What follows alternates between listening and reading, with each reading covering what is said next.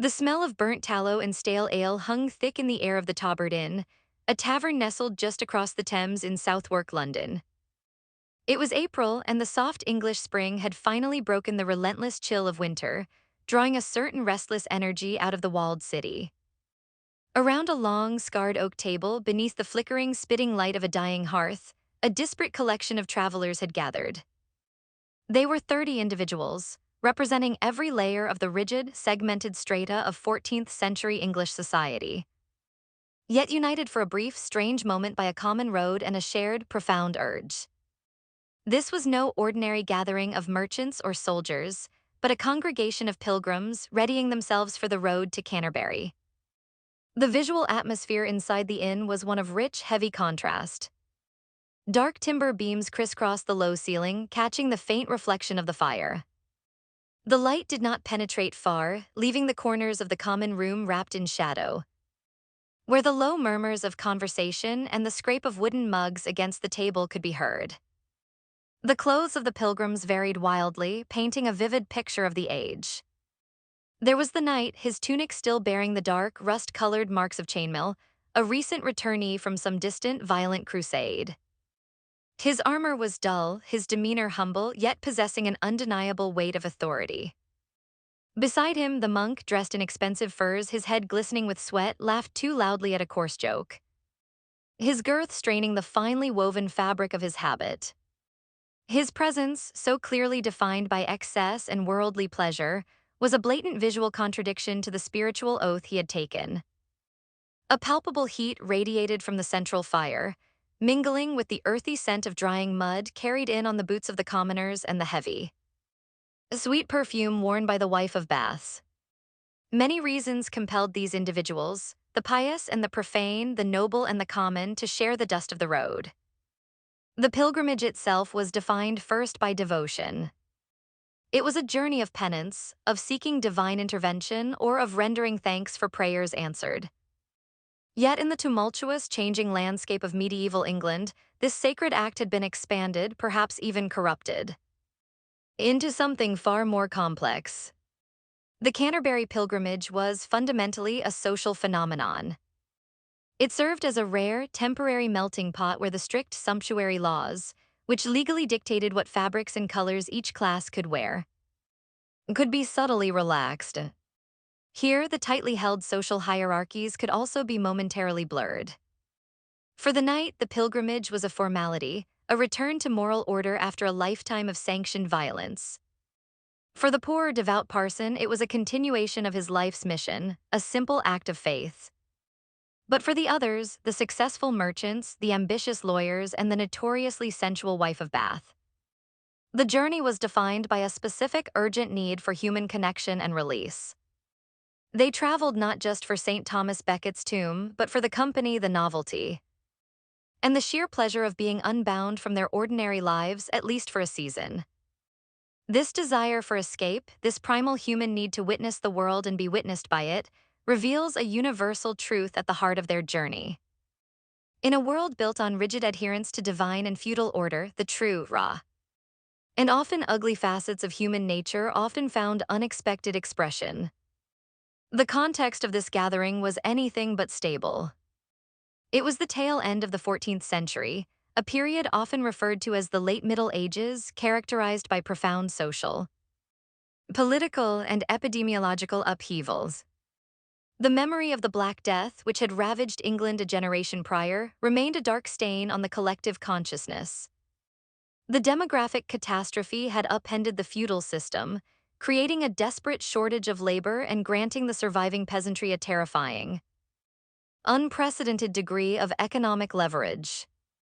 This shift was the root cause of the social mobility that allowed the new, wealthy urban classes, the bourgeoisie, the moneyed men, the successful artisans, to rise and challenge the old guard of the aristocracy and the clergy. Visually, the land they were leaving behind, London, was a dense, grimy yet vibrant center of this transformation. It was a place of high drama and low politics. The reigning king, Richard II, ruled precariously, his later years marked by a disastrous arrogance that would eventually lead to his deposition and murder. The political climate was thick with tension, violence, and the conspicuous consumption of the wealthy. The wealthy urbanites, though technically beneath the nobility, often lived lives of greater luxury, importing exotic silks and spices to mimic the aristocratic lifestyle, a direct affront to the structured social order. The sound of this era was a blend of pious chant and market clamor. The bells of St. Paul's Cathedral rang out the canonical hours, a steady reminder of the church's authority. Yet this sound was increasingly interrupted by the loud, confident haggling of the rising merchant class. The clatter of carts carrying goods through the narrow, sewage-stained streets also contributed to this new soundscape. And the common tongue, Middle English, was steadily asserting its dominance over the courtly French and scholarly Latin. The central figure orchestrating this human tapestry was Geoffrey Chaucer himself, a diplomat, a bureaucrat, a poet, and notably one of the Pilgrims. His work, the Canterbury Tales, stands as one of the first great monuments written entirely in the English vernacular. To understand this work is to explore a profound literary concept: the capacity of the everyday language to capture the full spectrum of human experience, from the highest chivalric ideal to the lowest, most vulgar farce. The pilgrimage, as conceived by Chaucer, is an organized journey, often undertaken for religious merit, involving travel to a sacred site, in this case, the shrine of Thomas Becket at Canterbury. Historically, it was a key social institution in medieval Europe, allowing for the temporary suspension of the ordinary routine and facilitating vast networks of hospitality and trade along the routes. Chaucer employs this framework not merely as an act of piety, but as a literary device, a narrative container designed to force diverse social elements into intimate contact. The act of storytelling then becomes the main event, transforming the spiritual journey into a profound psychological one. Imagine the long, dusty ribbon of road leading east from London. The group travels not in a somber, silent procession, but as a boisterous caravan. See the knight erect in the saddle, his demeanor suggesting a quiet, internal devotion. Contrast this with the miller, a hulking, loud figure whose very appearance, a broad, red beard and a nose wart from which coarse hairs sprouted, is an offense to refinement. He carries a sword and buckler not for defense but perhaps to intimidate. When he rides, his voice booms, telling vulgar tavern-level jokes. The road itself is uneven, demanding constant attention, the dust rising under the hooves, coating the expensive robes of the prioress and the modest dress of the parson alike. The physical reality of the journey grounds the abstract religious intent in sweat, fatigue, and inescapable proximity to others. For the people of the 14th century, this journey was a dual undertaking of the soul and the body. The parson views the road as a direct path to holiness, a chance to set a moral example for his flock. He believes with genuine humility that if gold should rust, then what should iron do? But for others, like the pardoner or the summoner, the journey is purely transactional, a business trip disguised as piety. A chance to sell forged relics or abuse their ecclesiastical power far from the scrutinizing eyes of the bishop. They see the other pilgrims as potential marks, not fellow seekers of salvation. The human experience of the pilgrimage is therefore fractured, a quest for grace for some, a cynical exercise in manipulation for others. And for the wife of Bath, simply an opportunity for a lively, public adventure that reinforces her own hard-won secular authority. The Canterbury pilgrimage mirrors our own modern road trips or online social networks. It is a space where people, stripped of their usual professional masks, the office or the factory floor, reveal their true selves through casual interaction and shared storytelling. We still seek out these shared liminal spaces, whether on a train, in a global travel forum, or around a campfire, to exchange stories and validate our existence. Just as the pilgrims used the tale-telling contest to judge each other's morality and wit, modern audiences use shared digital platforms to evaluate character, authenticity, and authority, demonstrating that the human need to categorize and critique others remains constant, irrespective of the century. This tavern scene is the foundational moment, a snapshot of a society in dynamic flux. The rigid hierarchy of the past, those who pray, those who fight, and those who work, is being undermined by new realities. The power of wealth, the trauma of the plague, and the revolutionary assertion of the common English language. These pilgrims carry more than just provisions, they carry the contradictions of their entire age. It is in their stories that those contradictions will find a raw, unvarnished voice. The first promise of the journey, issued by the host Harry Bailey, is a competition. The best story told on the road will earn a free meal upon their return. A religious trek transforms into a literary arena. Here, the true purpose is not devotion, but the exposure of character through narrative. The Canterbury Tales evolved from existing narrative forms. It was most notably influenced by Giovanni Boccaccio's The Decameron. This was a collection of 100 tales. These were told by 10 young people escaping the Black Death in Florence. Boccaccio provided Chaucer with the frame narratives. This was a revolutionary mechanism for the time, offering stories within a story. However, Chaucer's approach marked a radical departure. Boccaccio's storytellers were largely uniform, young, noble, and focused on romance and wit. In contrast, Chaucer's tellers were remarkably diverse. They represented a perfect, asymmetrical cross-section of English life.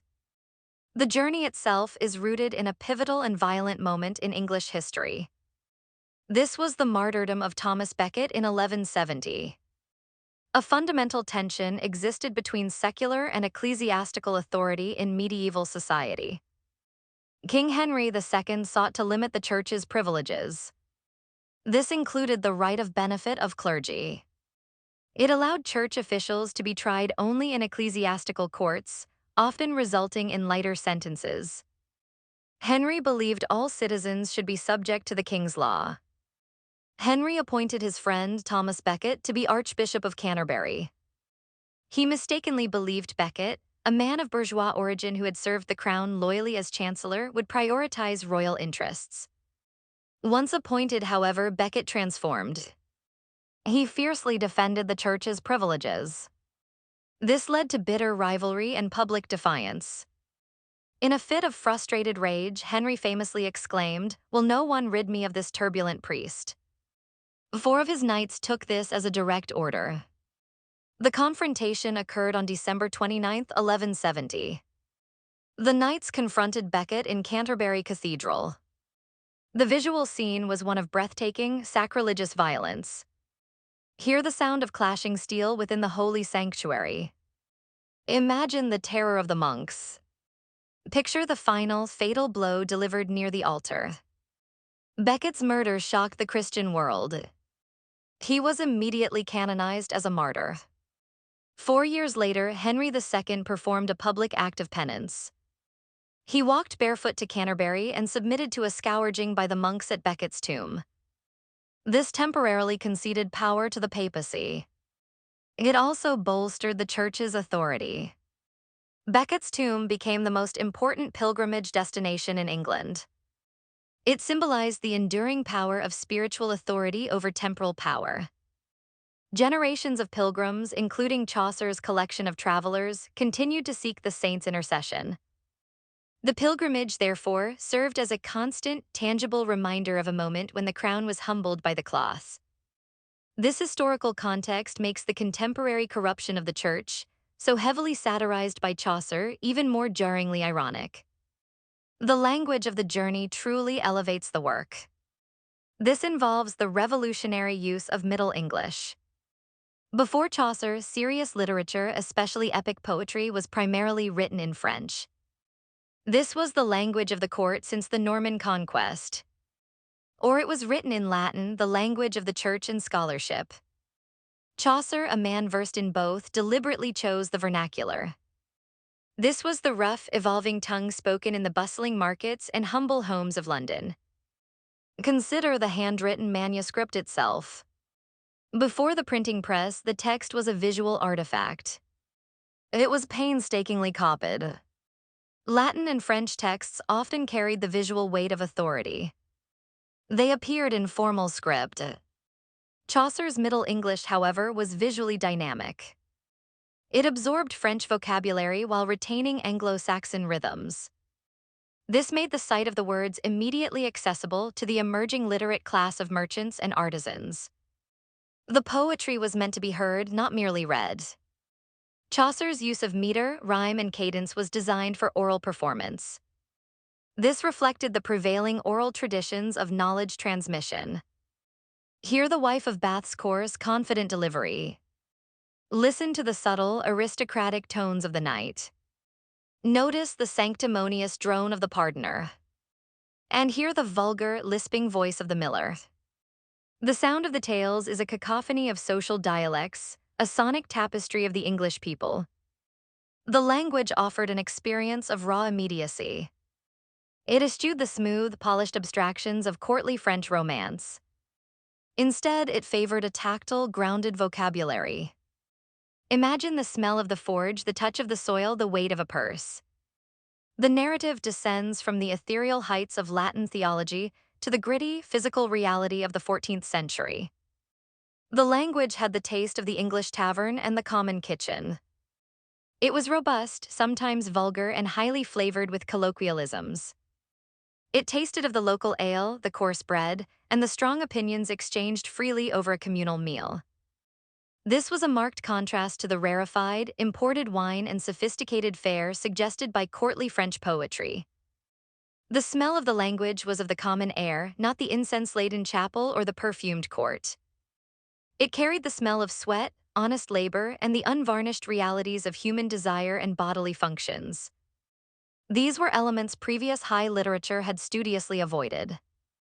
By choosing Middle English, Chaucer performed a subtle yet profound act of literary democracy. He validated the common language as a vehicle for complex philosophical, social, and psychological inquiry.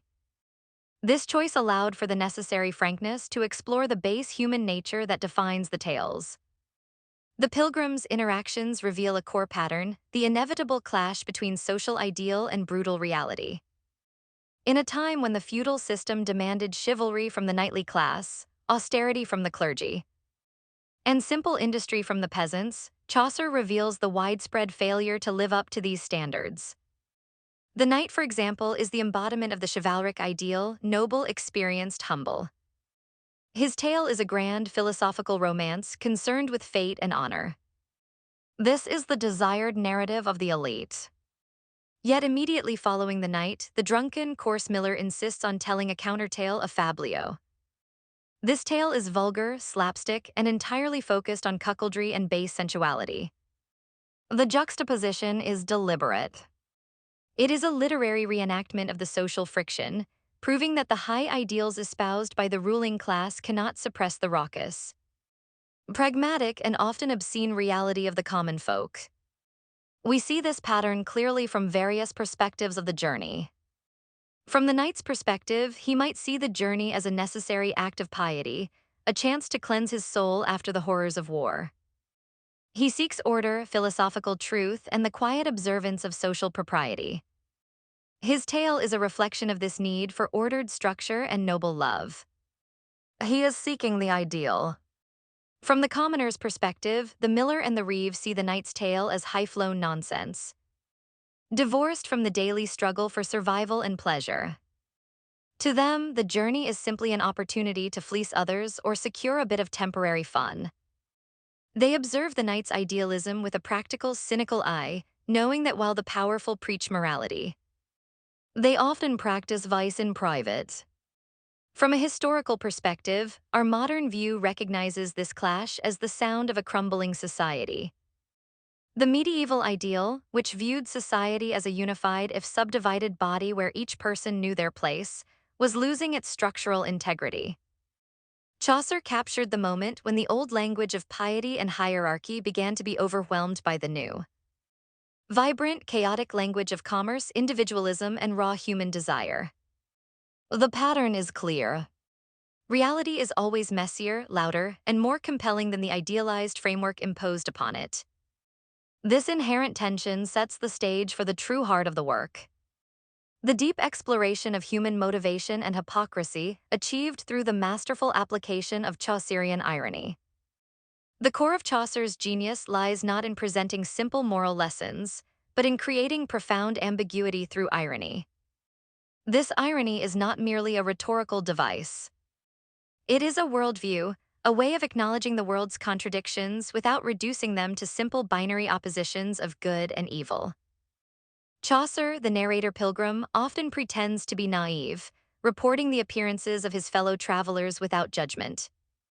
Yet the details he reports expose the stark, undeniable moral failures of the person in question.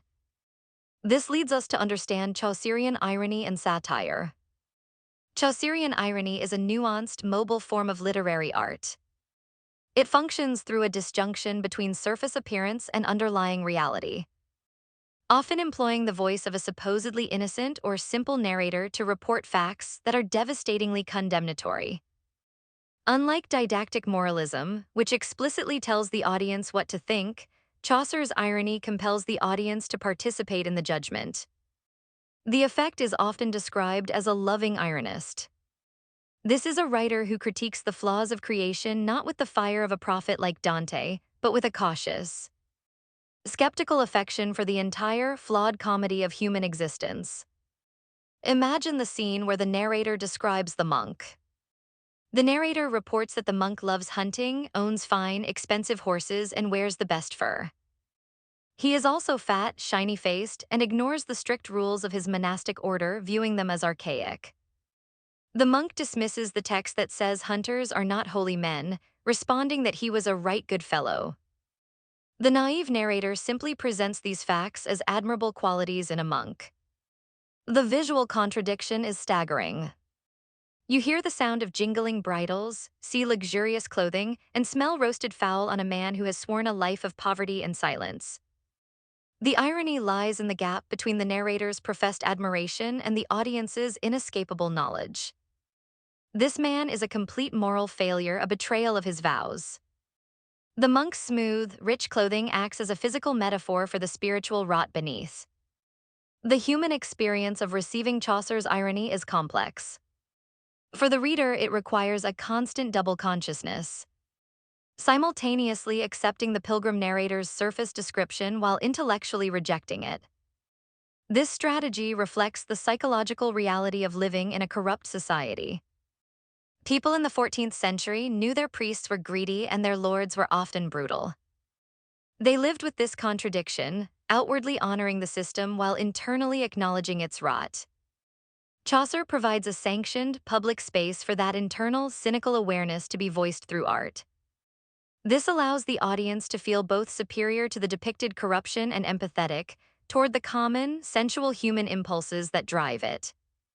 This irony acts as a subtle tonic, validating the audience's own secular wisdom against institutional hypocrisy. Chaucerian irony remains profoundly relevant today, particularly in our mediated, image-obsessed culture.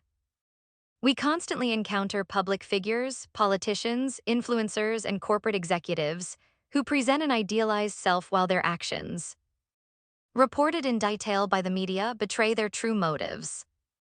The irony is in the gap between the curated brand and the reported reality.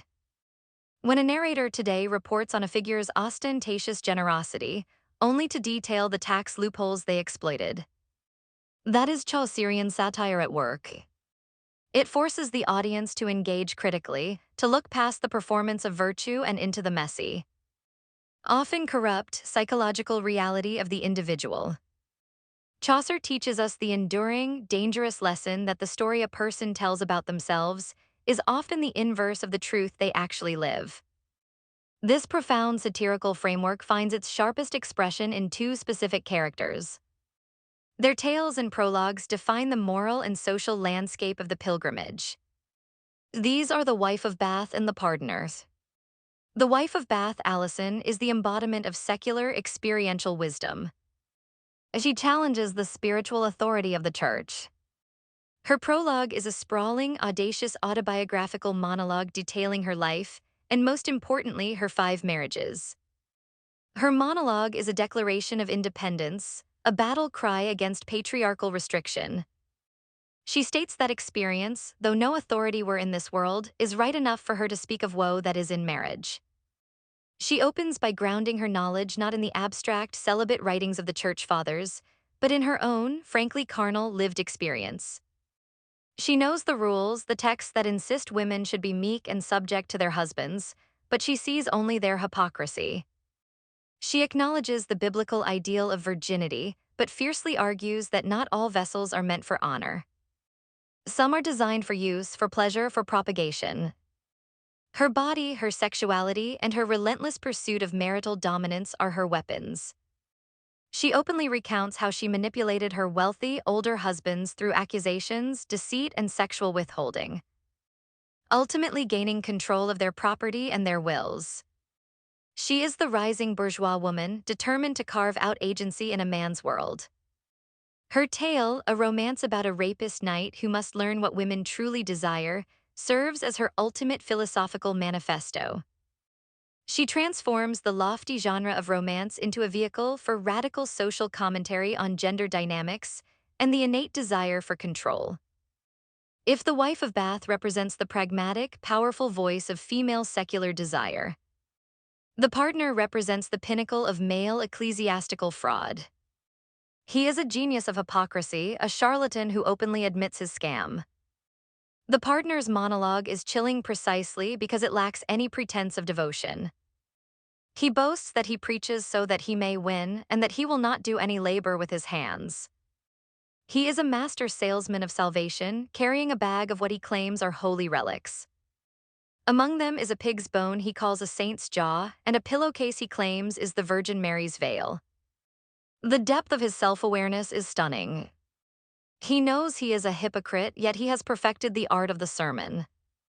He weeps and preaches against the very sin, greed, that fuels his entire existence. His technique relies on terrifying his audience with vivid depictions of hell. Then he offers them an immediate, tangible solution in exchange for coin. His tale is a story about three young men who set out to kill death. Instead, they find a treasure and murder each other over it. This story is not merely comic, critics note it as lethal. It is a powerful, masterful parable of gluttony and avarice. The irony here is multi-layered. The most morally bankrupt character tells the most morally devastating tale.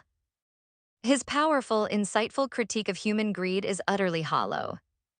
It is merely a tool to line his own pockets. He is the ultimate meta-hypocrite, making a spectacle of his own corruption. Yet he still manages to generate religious fervor and, more importantly, money. He embodies the terrifying spiritual rot of the late medieval church. This rot fueled genuine populist fury. There was a profound tension and contradiction within 14th century England. Chaucer masterfully captured this tension. The feudal system, defined by the relationship between the lord and the vassal, the land and the labor, was under terminal stress. This led to explosive class conflict. The structural rigidity of the feudal system was a root cause. It legally bound peasants to the land and the lord. This combined with extreme economic disparity. As one 12th century poet observed, whatever the rich achieve, the poor pay the price. This created a massive, suppressed underclass. Their labor funded the conspicuous consumption and military campaigns of the nobility and the clergy. Political power, land ownership, and even access to justice were entirely stratified. This created an inherent and constant low-level friction. The immediate catalyst was the demographic shift caused by the Black Death in the mid-14th century. The massive mortality rate, estimated at up to half the European population, meant that labor became scarce and therefore valuable. Suddenly, the serf held unprecedented, albeit temporary, bargaining power. When the ruling class attempted to reassert control through legislation like the Statute of Laborers, which aimed to fix wages at pre-plague levels, the economic frustration exploded into political violence. The short-term effect was the Peasants' Revolt in the year 1381. It was fueled by economic hardship, hostility toward corrupt officials, and the radical egalitarian teachings of certain clergy.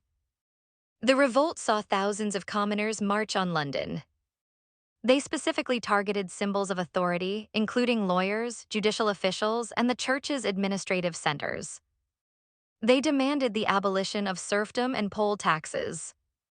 The sight of armed, enraged commoners sacking palaces and executing the king's officials was a seismic shock to the established order. While the revolt was brutally suppressed and its leaders executed, the long-term result was significant. The memory of the uprising permanently weakened the structure of serfdom. It demonstrated that the ruled could and would violently challenge the rulers. For Chaucer, a man of the court, this event was a stark, immediate reminder of the volatility beneath the surface of English society. His work, in its inclusion of characters like the revolutionary-minded miller and the virtuous, yet poor parson, reflects this awareness of profound class tension and the fragility of the peace. Chaucer's ability to capture this transition is what makes his work a profound literary document. He observes the rise of the middle classes, the merchants, lawyers, and skilled artisans who were the economic engines of London. He notes their ambition, their wealth, and their inevitable tendency to adopt the vices and pride of the nobility they sought to emulate. The Wife of Bath is a prime example of this emerging commercial power married to fierce individualism. The immediate influence of the Canterbury Tales was instrumental in the establishment of English as a formidable literary language. It became capable of handling complex philosophical, psychological, and satiric content. Before Chaucer, English was often relegated to administrative or domestic use. Meanwhile, French and Latin dominated law, court, and academia. The inherent richness and capacity of the developing English vernacular was the root cause. This was a hybrid language, capable of blending the sophisticated conceptual vocabulary of French and Latin with the grounded, earthy terminology of Anglo-Saxon. Prior to Chaucer, there was simply no lack of a single, unifying work that fully utilized this linguistic potential, leaving English without a recognized standard or a canonical piece of literature that could compete with the works of continental poets like Dante or Petrarch. Chaucer's meticulous, voluminous body of work, which demonstrated an unprecedented versatility in Middle English, was the immediate catalyst.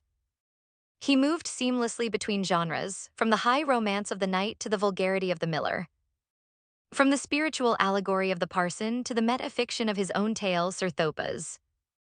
This variety proved that English could articulate every conceivable human experience and literary mode. The short-term effect was the rapid and wide circulation of the tales in manuscript form among the literate elite and the emerging bourgeoisie. Chaucer quickly became the most respected poet in England. His choice of the East Midlands dialect of Middle English effectively standardized the language, laying the grammatical and lexical foundation for modern English. Copyists and subsequent writers recognized his work as a new, formidable standard, cementing English as a serious literary medium. The long-term result was the canonization of English as a powerful, expressive language. Had Chaucer not written the tales, the linguistic shift might have been slower or taken a different trajectory. His work provided the literary authority needed to challenge the cultural hegemony of French and Latin, ensuring that when the printing press finally arrived in England, a great foundational work already existed in the native tongue. This validated the identity and collective voice of the English people through their own language. The wider influence of Chaucer's psychological realism and narrative structure extended far beyond his immediate contemporaries, fundamentally shaping the trajectory of Western literature. In terms of psychological depth, Chaucer was arguably centuries ahead of his time. Previous medieval literature, such as morality plays, dealt in allegorical figures, vice, virtue, every man, who represented abstract concepts. Chaucer's characters, however, are fully formed, contradictory individuals displaying signs of what we would now term self-consciousness and depth psychology. The medieval audience would recognize the allegorical elements in the characters. For example, the pardoner represents the sin of avarice, and the parson represents true piety. Yet they would also be struck by the specificity of the characters. The pardoner is not just avarice, he is a specific, effeminate, talented charlatan who knows his game. A person they might recognize standing on a street corner. This blend of type and individual was revolutionary and profoundly engaging. Later writers, particularly those in the Renaissance, looked back at Chaucer and saw a precursor to modern characterization. William Shakespeare, the towering figure of English literature, directly drew inspiration from Chaucer.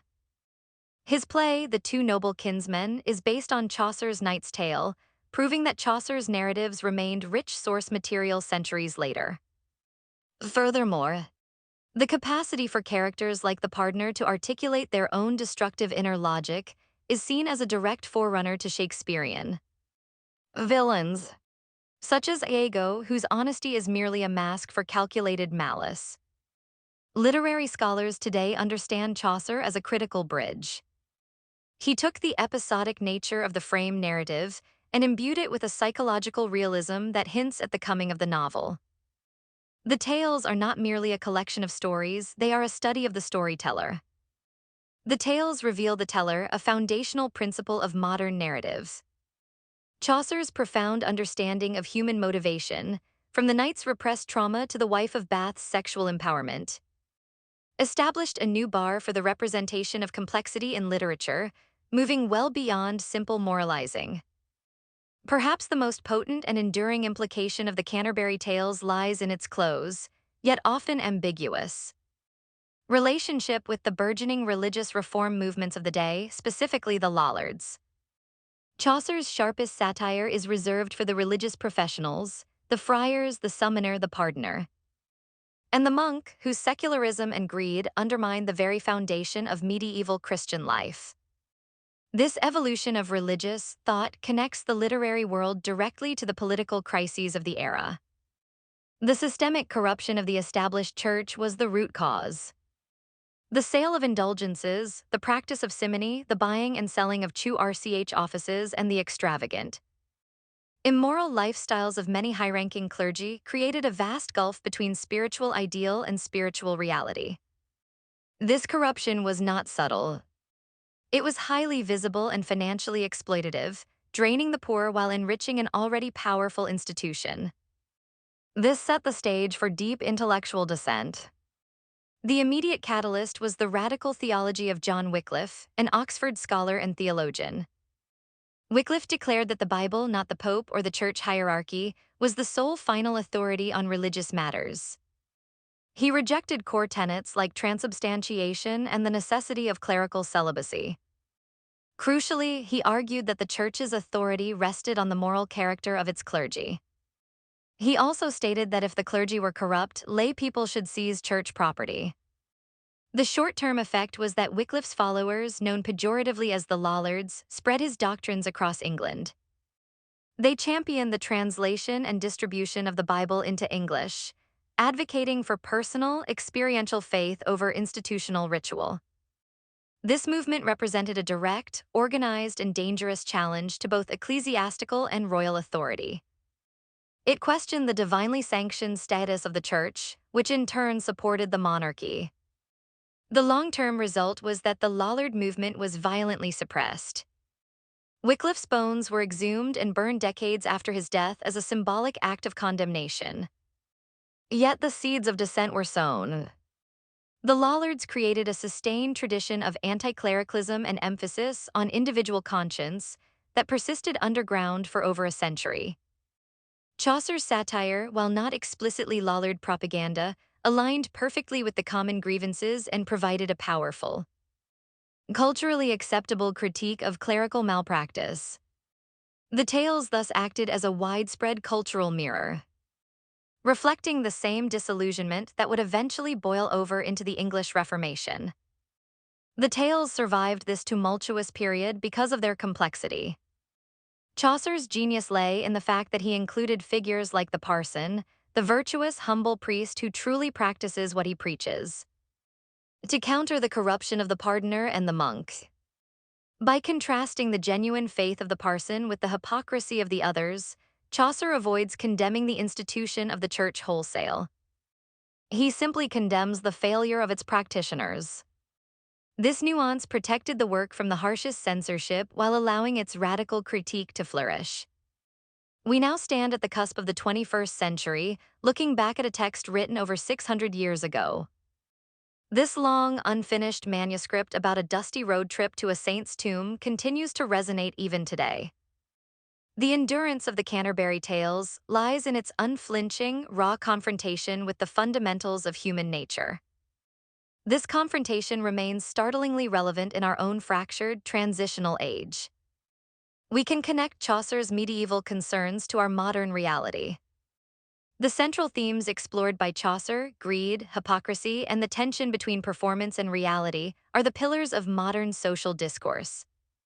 For instance, consider the pardoner's trade, the sale of fake relics. Today, we call this a sophisticated form of fraud or fake news, often seen in the digital sphere where individuals market false remedies, conspiracy theories, or idealized personal brands. The pardoner was the original con artist of salvation, preying on fear and desire for quick absolution. His modern equivalent can be found in the multi-level marketing scheme promising instant wealth, or the social media influencer selling unattainable perfection.